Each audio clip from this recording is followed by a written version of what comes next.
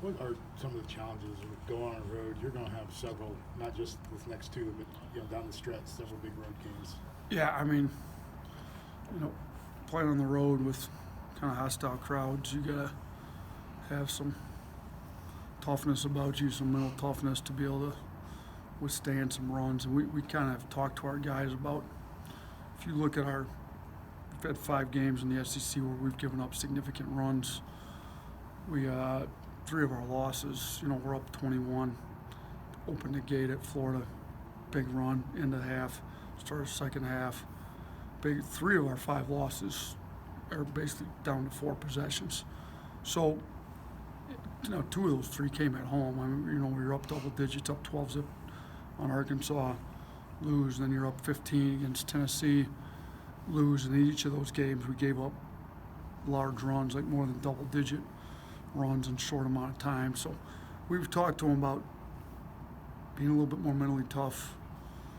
Being able to, if the team gets a score or 2 on you, like, we've got to get a stop and we got to take care of the ball and get a decent shot up. So that becomes even bigger on the road. You definitely don't want to give up huge runs to a team on the road and really get the crowd into it. So yeah, we've been trying to talk to them, talk them through what they need to do. I might need to, I have used some timeouts. Maybe need to use even more timeouts to try to stop that. But I think our guys are, we're getting better leadership. I think Petty's really trying. I think Kyra's trying to take ownership of the team.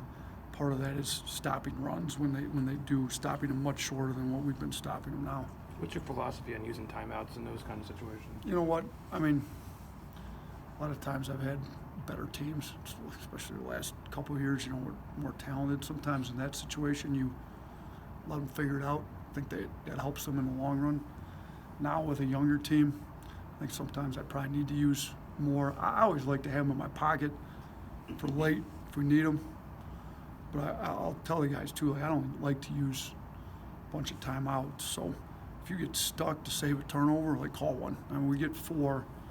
If you need to call 1 or 2 to save a turnover, I'd much rather use them that way than the other way. But knowing that we've given up runs, sometimes you may need to call one before it gets to 15, 15-2 or whatever. You may need to stop it at 7-0 or whatever it may be. I mean, some of these, though, they kind of get, our runs are like end of first half, beginning of second half. So when you string game time together, it's a long run, but there's a 15-minute break in between. It's a big timeout. So, I don't know. We constantly adjust that. In the past, though, I typically haven't liked to call tons of timeouts. Has there been a different mood in practice, or is that something you have to compensate for during a losing streak? Yeah, I mean, it's obviously not easy losing 3 in a row, and especially the last 2 when we were up and they're at home.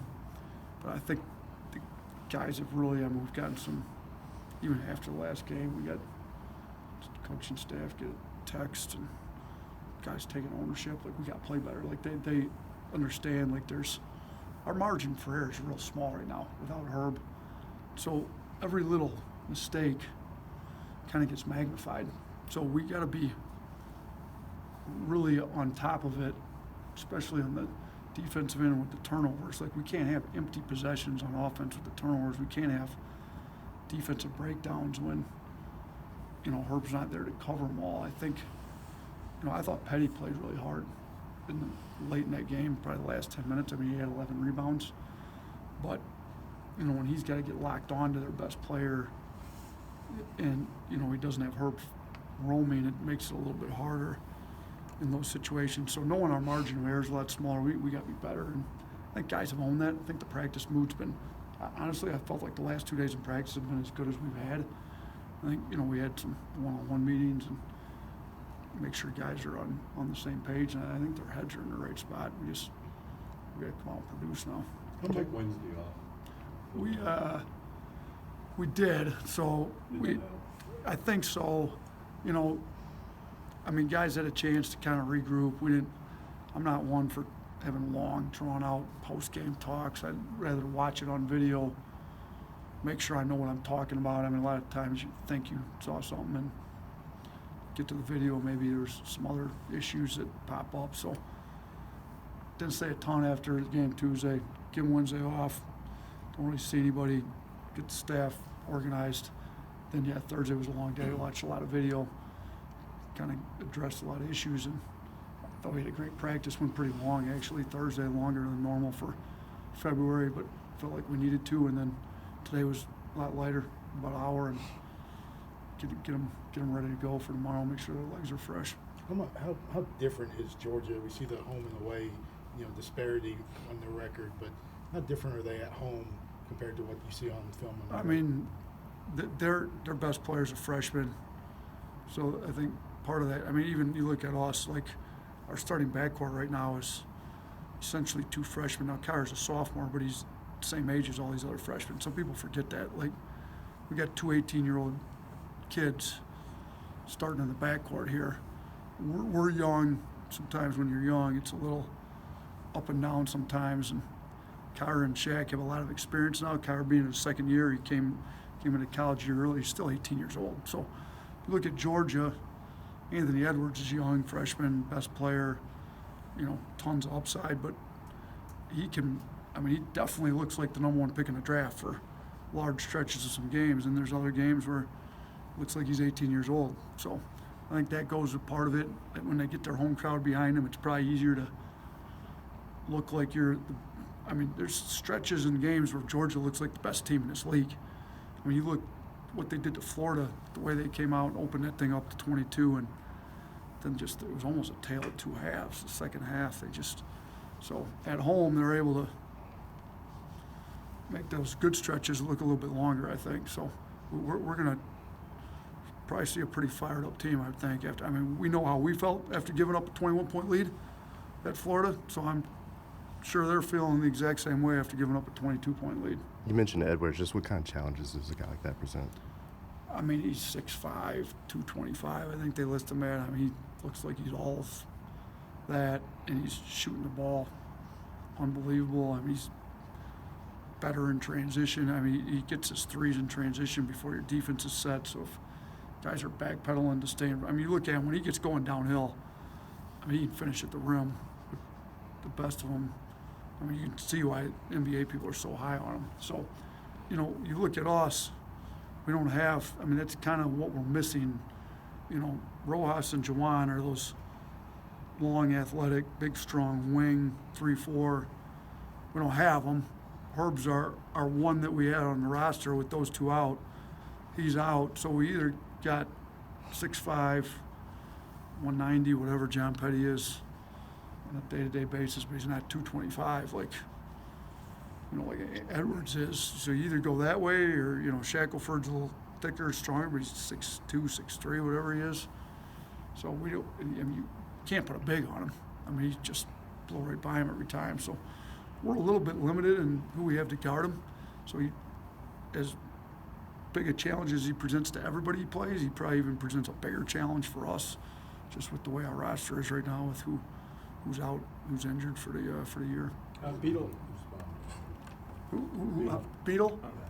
Thought he was pretty good in practice these last couple of days. I think he's able to. I think they've got his whole deal fairly well figured out. Now he hasn't put all the weight back on, so he's still down in weight, but he's eating food, staying down, practicing both days. Looked pretty good, in my opinion. So he can give us some shoot. He ended up playing 23 minutes the other night. We didn't plan on him playing. He's supposed to be a lot more limited, but with all the foul trouble we had too. So I think he's more than capable of playing 20+ minutes this weekend.